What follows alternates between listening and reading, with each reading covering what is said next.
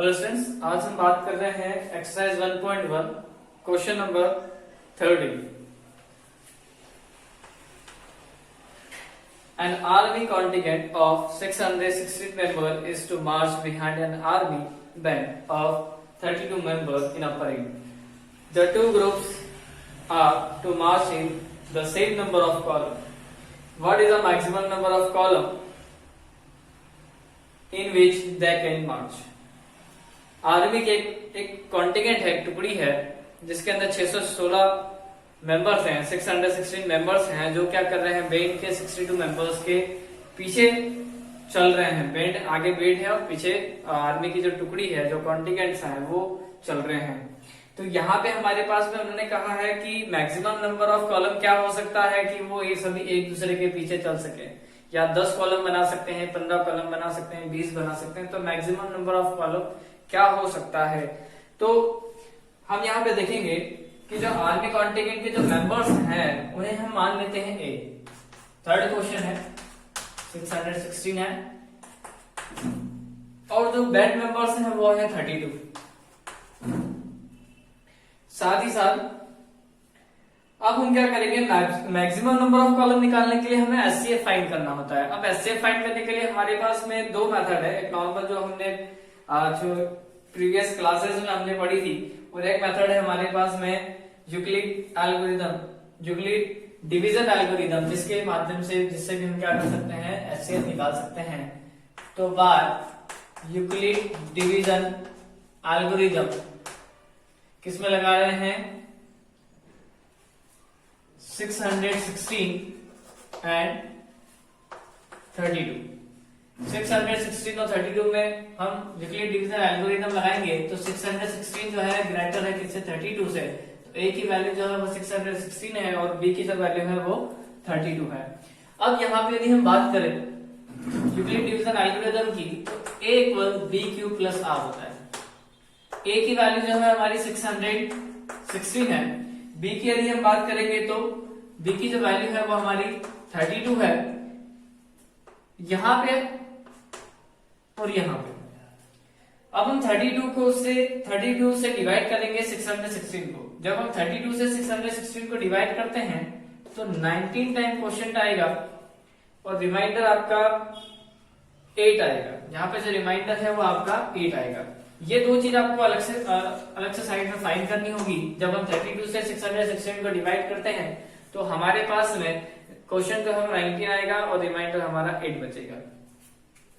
फिर अब अभी हमारे पास में जो रिमाइंडर है वो रिमाइंडर 0 नहीं हुआ है। हमारी प्रोसेस भी ये है कि जब तक हमारा रिमाइंडर 0 नहीं होता तब तक एचसीएफ फाइंड नहीं होता है। तो रिमाइंडर 0 करने के लिए हम क्या करेंगे, अगेन 32 को डिवाइड करेंगे। किससे डिवाइड करेंगे, 32 को डिवाइड करना है 8 से। अब 32 को 8 से डिवाइड करते हैं तो 4 टाइम 32 आएगा, 4 8 32 होगा। तो रिमाइंडर अब हमारा क्या हो जाएगा, 0 हो जाएगा।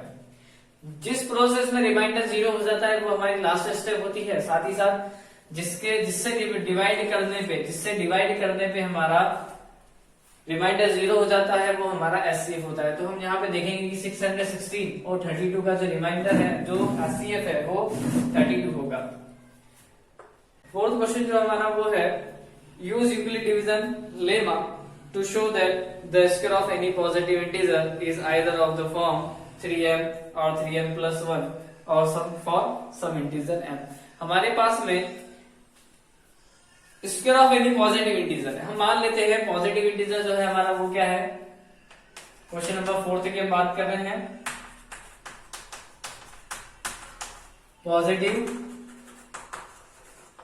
पॉजिटिव इंटीजर इक्वल a हमने मान लिया। b की जो वैल्यू है वो हम 3 कंसीडर कर लेते हैं। तो इस तरीके से वैल्यू बनेगी। अब यहाँ पे रिमाइंडर जो है हमने देखा था कि यूक्लिड डिवीजन एल्गोरिथम या लेमा के अंदर की जब हम बात करते हैं a equal B Q plus r की बात होती है। a equal B Q plus r, तो a की वैल्यू हम यहाँ पे a ही ले रहे हैं और b जो है वो हम 3 कंसीडर कर रहे हैं। साथ ही साथ q प्लस आर की हम बात करें तो q जो है वो हर बार चेंज होगा। रिमाइंडर जो है वो हमारा रिमाइंडर हम चाहें तो 0 ले सकते हैं, 1 ले सकते हैं और 2 ले सकते हैं। रिमाइंडर 3 नहीं होगा क्यों, क्योंकि 20 जो रिमाइंडर होता है वो 20 से हमेशा छोटा होता है और यहाँ पे हमारी b की जो वैल्यू है वो 3 है, तो 3 से हमेशा रिमाइंडर छोटा होगा, इसलिए मैंने 0 1 2 लिया हुआ है, 3 हमने यहाँ पे कंसिडर लिया हुआ नहीं है। अब हम हमारा जो यूक्लिड डिवीजन लेमा है वो बोलता है a equal B Q plus R. A की वैल्यू जो है हमारी a ही कंसिडर कर रहे हैं हम पहले, टेक रिमाइंडर इक्वल 0 की हम बात कर रहे हैं, तो a की वैल्यू a है, b की वैल्यू 3, q की वैल्यू q रख रहे हैं और रिमाइंडर जो है वो 0 रख रहे हैं। ये इक्वेशन नंबर फर्स्ट हो गया। अब सेकंड की यदि हम बात करें a इक्वल 3q, अब यहाँ पे a इक्वल, अब हम बात कर रहे हैं रिमाइंडर 1 की,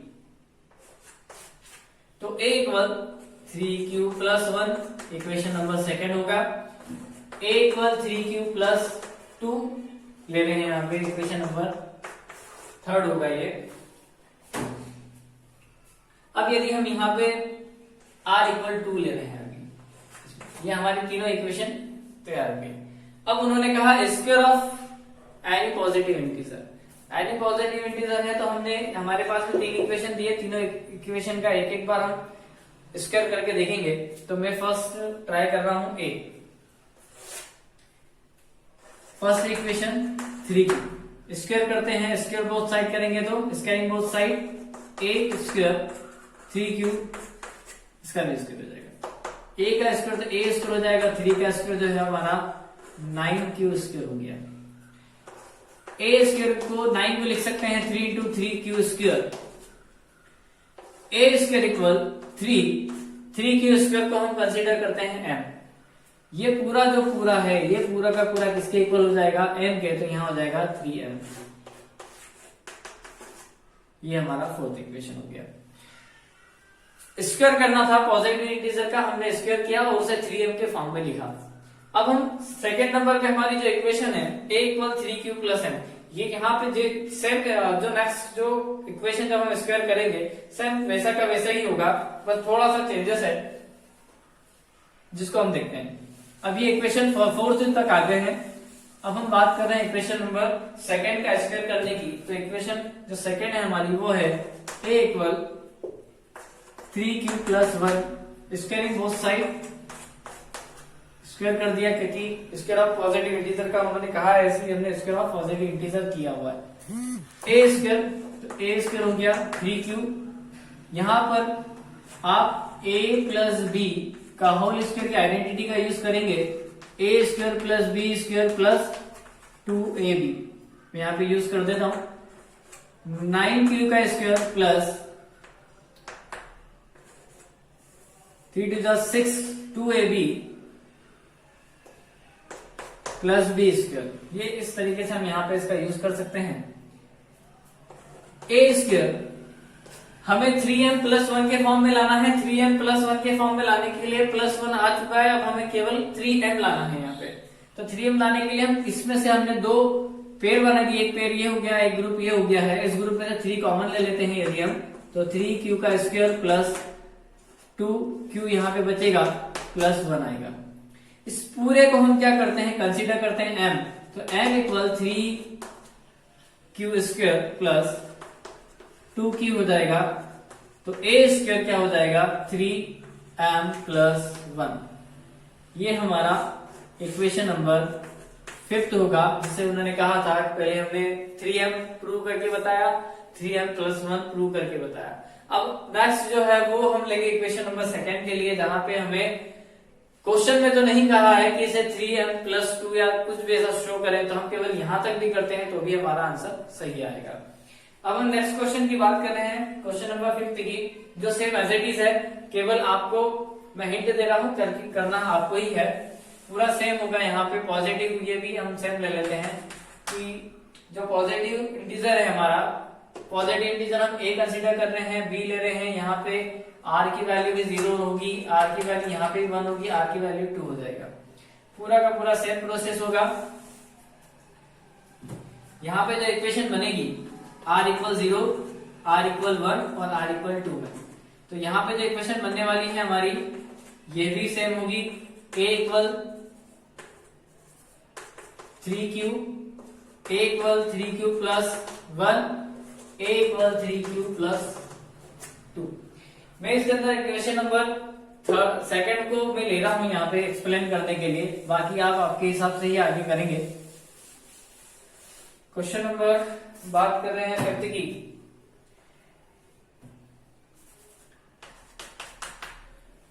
चलिए तो आगे देखते हैं। a equal 3q plus 1, a equal 3q plus 1। अब अभी हम इसके पहले वाले क्वेश्चन में स्क्वायर कर रहे थे, पर यहाँ पे इन्होंने फिफ्थ वाले क्वेश्चन में कहा है कि आपको क्यूब करना है, तो अब हम क्यूब करेंगे। तो बोथ साइड हम क्यूब ले रहे हैं। a plus b whole cube यदि हम देखें तो होल क्यूब की जो आइडेंटिटी है वो होती है, मैं यहां लिख देता हूं, इससे आपको समझ में आ जाएगा। a plus b cube is equal to a cube plus 3a square b plus 3ab square plus b cube. ये इसकी आइडेंटिटी है जिसे हम यहाँ पे यूज कर रहे हैं। a क्यूब की यदि हम बात करें तो 3q का क्यूब यदि हम बात करें तो 27q क्यूब होगा, प्लस 3a स्क्वायर b की यदि हम बात करें तो 3a स्क्वायर में 9 क्यूब हो जाएगा, और b की यदि हम बात करेंगे तो 1 हो जाएगा। फिर हम बात करें 3ab स्क्वायर की तो 3a b स्क्वायर 1 हो जाएगा आपका, और b क्यूब जो है वो आपका 1 हो गया। तो हमारे पास में 1 2 3 2 और ये 3 और ये 4 टर्म हमारी बन रही है। इसमें भी 1 2 3 4 दिया हुआ है, इसलिए a क्यूब की यदि हम बात करें तो अभी हमें 3m प्लस 1 प्रूव करना है। तो 3m प्लस 1 जब हम प्रूव कर रहे हैं तो हमारे पास में 1 जो है वो बाय डिफॉल्ट आ चुका है, तो हमें इसको कुछ करने की जरूरत नहीं है। हम केवल इस पूरे में से हम 3 कॉमन ले लेते हैं। तो हमारे पास में 3 कॉमन जैसे ही हम लेंगे तब हमारे पास में यहाँ पे जो बचेगा 9q cube plus 9q square plus 3q plus 1 हमारे पास में बच जाएगा।